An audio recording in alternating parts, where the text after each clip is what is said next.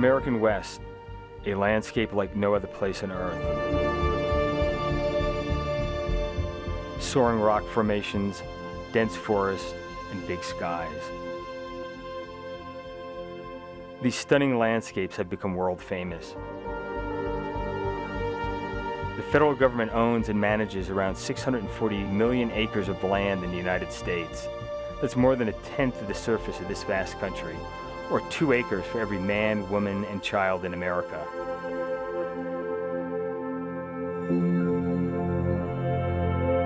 This shared resource is both an economic powerhouse and a common refuge where Americans can come to hike, camp, or climb.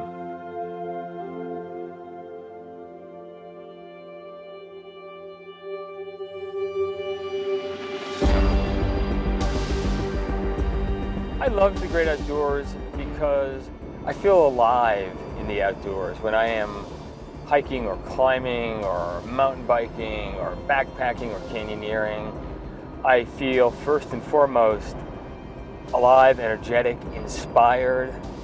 I revel in the beauty, the sublime beauty, and at times the spectacular beauty of the natural places. And I also I'm humbled. I recognize when I'm in these large natural landscapes, it's something much greater than a human being created these. America's wild places survive thanks to a promise. For more than 150 years, it has been an article of faith and national pride that once we protect the wild place, it remains protected for all time. But now it seems that promise is under threat. I will sign 2 presidential proclamations. These actions will modify the national monuments designations of both Bears Ears and Grand Staircase Escalante.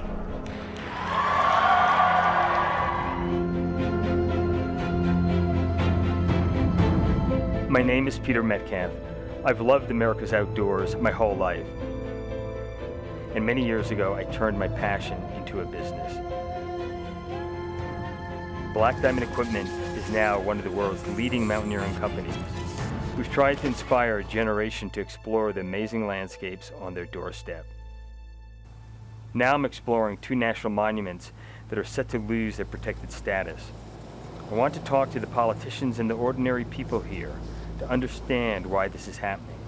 And could it be the beginning of the end of America's protected wild spaces? We're traveling along Route 66, nearly 4,000 kilometers of historic tarmac that once stretched from Chicago to Los Angeles. If you head north from Flagstaff, you'll soon hit Utah. I like to think of it as America's undiscovered backyard. The vistas here are as impressive as anything you'll see in California, but the crowds are nowhere to be seen.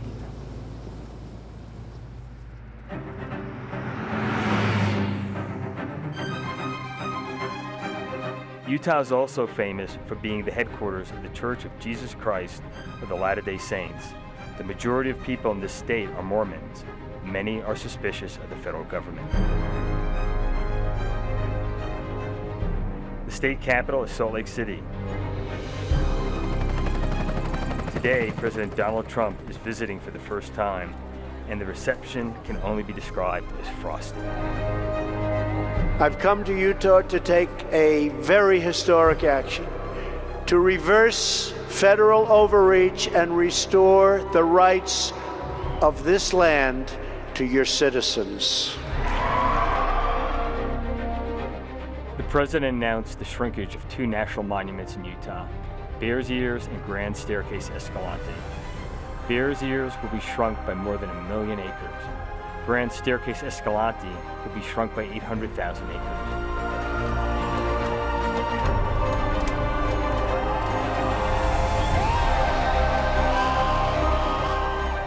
Outside the Capitol, angry protests from recreationalists, conservationists, and Native American groups. The way they treat Indian sovereignty, they dismiss federal authority over Utah. This is a national monument, not a Utah monument. This was federal land. It wasn't a land grab. They misrepresent all these things because of the history in Utah of the mistrust of the federal government.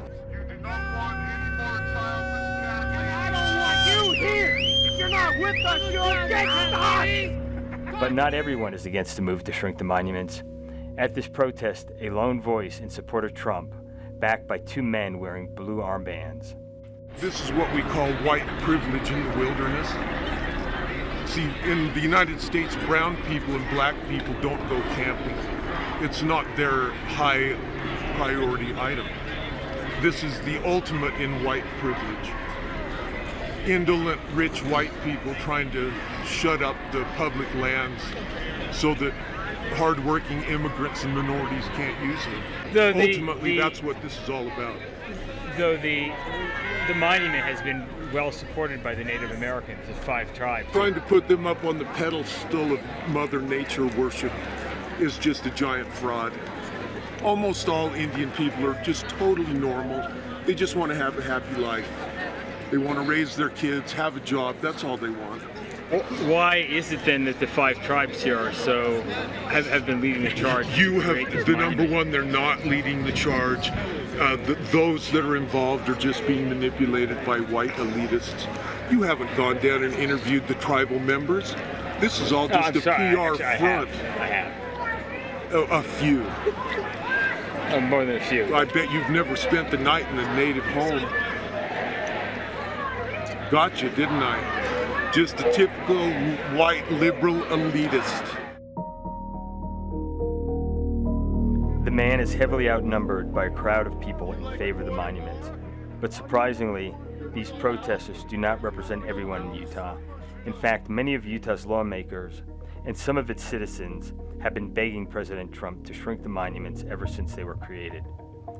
The announcement to shrink the monuments have plunged the Trump administration into uncharted legal territory. No president has sought to modify monuments established under the 1906 Antiquities Act in more than half a century. His decision will shrink Bears Ears by 85% and remove nearly half of Grand Staircase Escalante, land that potentially could now be leased for energy exploration. It's the morning after President Donald Trump's announcement that Bears Ears and Grand Staircase Escalante are to lose much of their protection.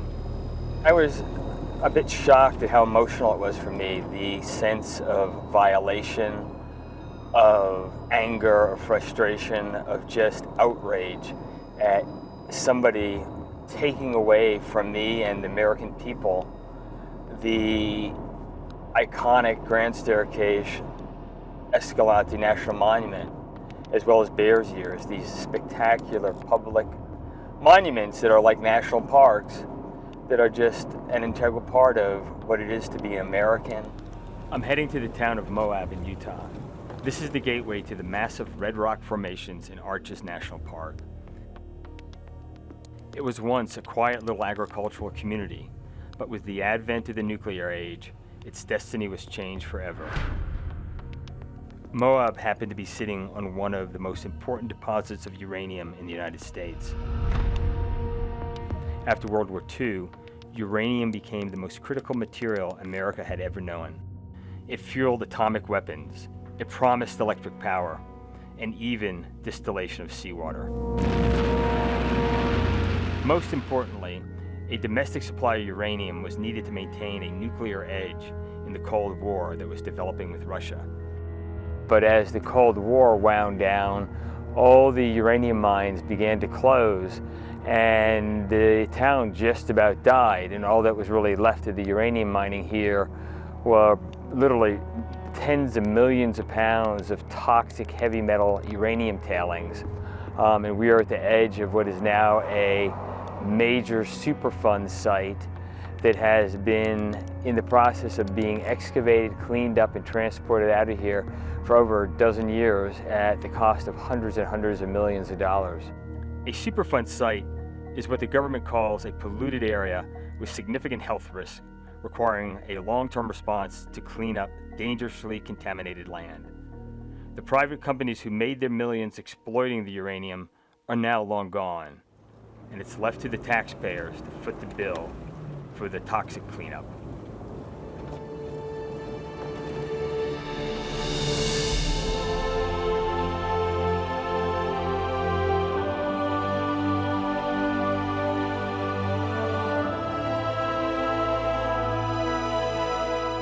Indian Creek is a short drive from Moab. The area contains evidence of habitation by hunter-gatherers and farmers for thousands of years. Newspaper Rock is perhaps the most famous historic site. The carvings here date back to prehistoric times. If there's any place that really captures the West as people sort of envision it in their wildest visions, this is it. It's the open grasslands and sagebrush leading up to these red rock cliffs and canyons with pinnacles and spires here and there. There's just something about the enormity of it, the quietness of it, that is, it's just so inspiring. It's also a world-famous destination for climbers, which means it has a very special significance for me. Climbing is one of the great life experiences, and it's because it combines the physical, the mental, the gymnastic, the strength. You do it in a natural environment. Whatever preoccupies you prior to getting on your lead, the moment you're on that lead, on the rock climbing, you can't remember what it was that was so important. It breaks my heart to think that protected sites like this could be threatened by this attack on Utah's wild spaces. And I'm not alone. Photographer and activist Josh Ewing has lived in the area for many years, and he says the battle for Bears Ears is now about much more than protecting the land. I think the controversy around this monument is really unfortunate because it's dividing friends and neighbors, it's dividing towns and parts of the county.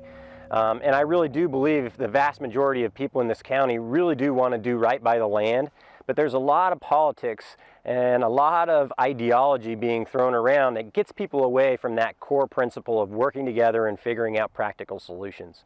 Why does Bears Ears need additional protection? So a national monument is not the only way to protect this area. It's probably not even the best way, but it's the only practical way to protect the area in our current political environment. And the Bears Ears area faces many threats, dramatic increases in visitation that we've seen over the last decade that haven't been met with any new resources from management. And then there's the real possibility of oil and gas development in this area. You know, I think it's funny for state leaders and particularly county commissioners to say there's no potential for oil and gas when it was they who passed a law of the state of Utah that calls for much of the Bears Ears area to be considered an energy zone where the energy is the highest and best use. Guess what? That law is still on the books.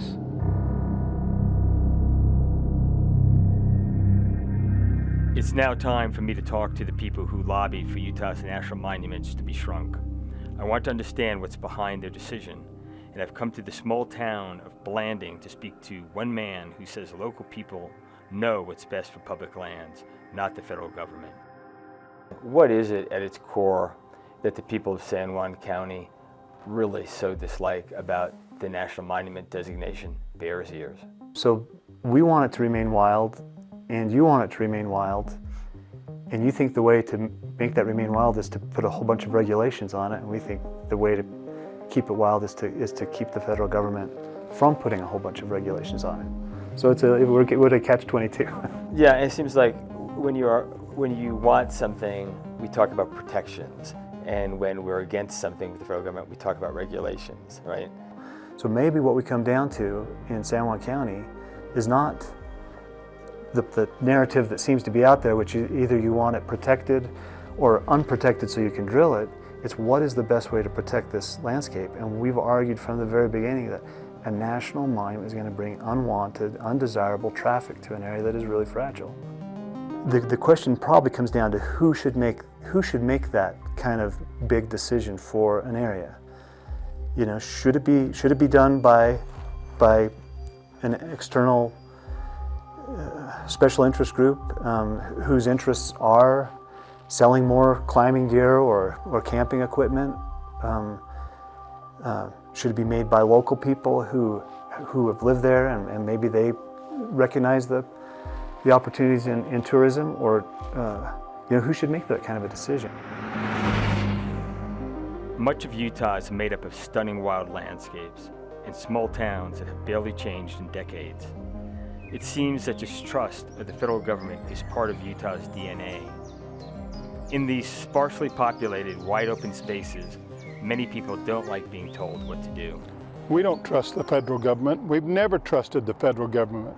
They've never lived up to one promise they've ever made to San Juan County. Tell me how many promises they've lived up to the Navajo or the Indian people.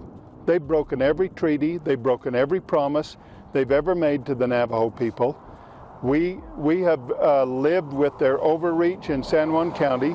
They've raided our citizens' homes. They've arrested our people. They've arrested our commissioners. They've thrown them in jail. And now people think we should trust the federal government? Hell no. We're not going to ever trust the federal government.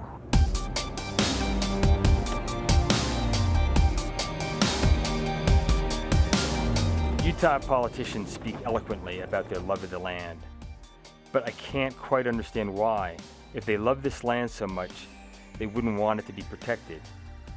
I've come to one of the most incredible landscapes on Earth, the Valley of the Gods, to speak to a descendant of this landscape's first inhabitants, Native Americans. This is my backyard, home. My ancestors walked this area. That's what makes it special, is this place being home. And when I come out here, that's what I see. Preservation, natural preservation. The beauty of this landscape is undeniable, but Lewis sees much more than just eye candy. So Lewis, this is the Mormon tea that you said has the medicinal value. It's got ephedra, so if you have a sinus, you're congested. Sinuses, yeah. Yeah, if you're congested, you want to boil some of that up, that would help you out. Definitely. Boil it up like a tea. And It is bitter a little bit. True. Yeah, it's bitter.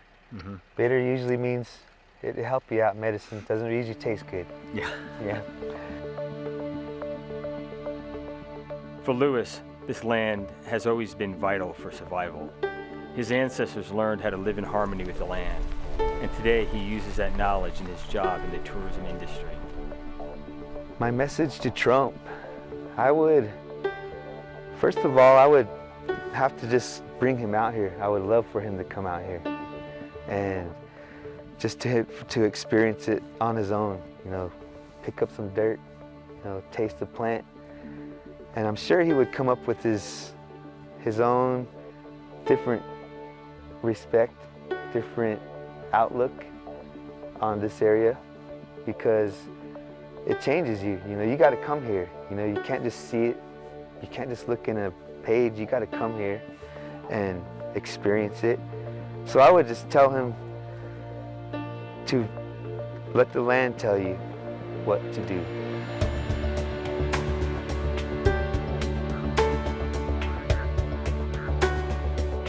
It's time to leave the Bears Ears behind and head south toward the other national monument that Trump intends to shrink. This is Grand Staircase Escalante. An incredible and varied landscape. There you can see dense forests, rugged mountain terrain, and red rock canyons.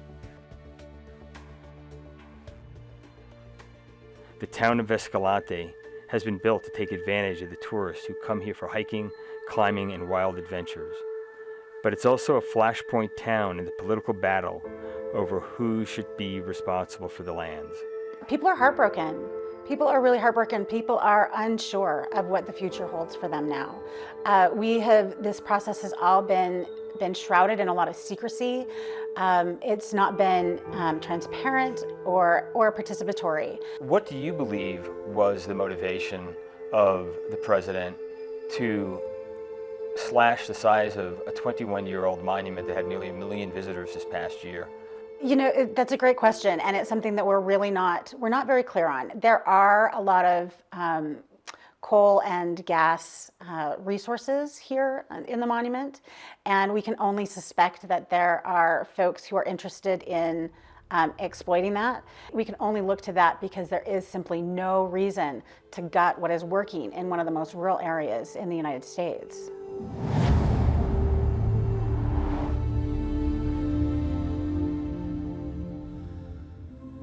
Geologist Keith Watts has lived here for many years.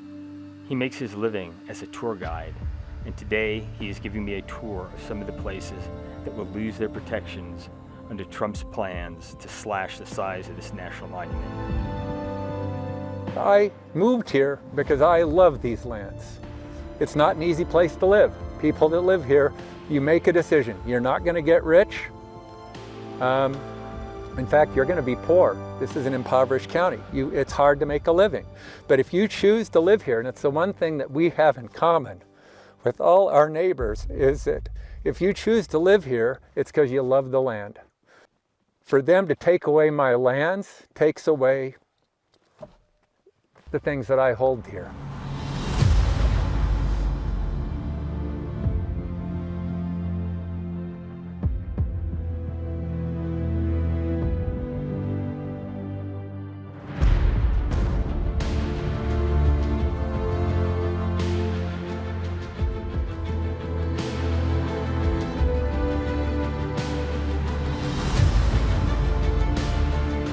We hike down from the Egypt trailhead, so called because of its resemblance to ancient Egypt. Keith Watts believes that getting rid of this area's national monument status will strike a blow to America's wilderness and its history. It started with the camel's nose into the tent. The camel is in the tent now, and it's going to start doing damage very, very soon. This is only the beginning, and you look at it and the resource values here, yeah, there's resources. Is it something that sets a precedent for other areas that have valuable resources? That is the end game, in my interpretation. Their goal is to wrest control of our public lands from us while making the American people pay for the land management. The Grand Staircase Escalante National Monument is home to amazing rock formations and one of the largest collections of dinosaur fossils anywhere in America. How we use public land has become a politicized debate here, but for Keith, the land is a shared and precious resource. This is not just about southern Utah. It's not just about the Grand Staircase Escalante and Bears Ear National Monuments. This is about every national monument, and if this act were to pass, every national park in our country.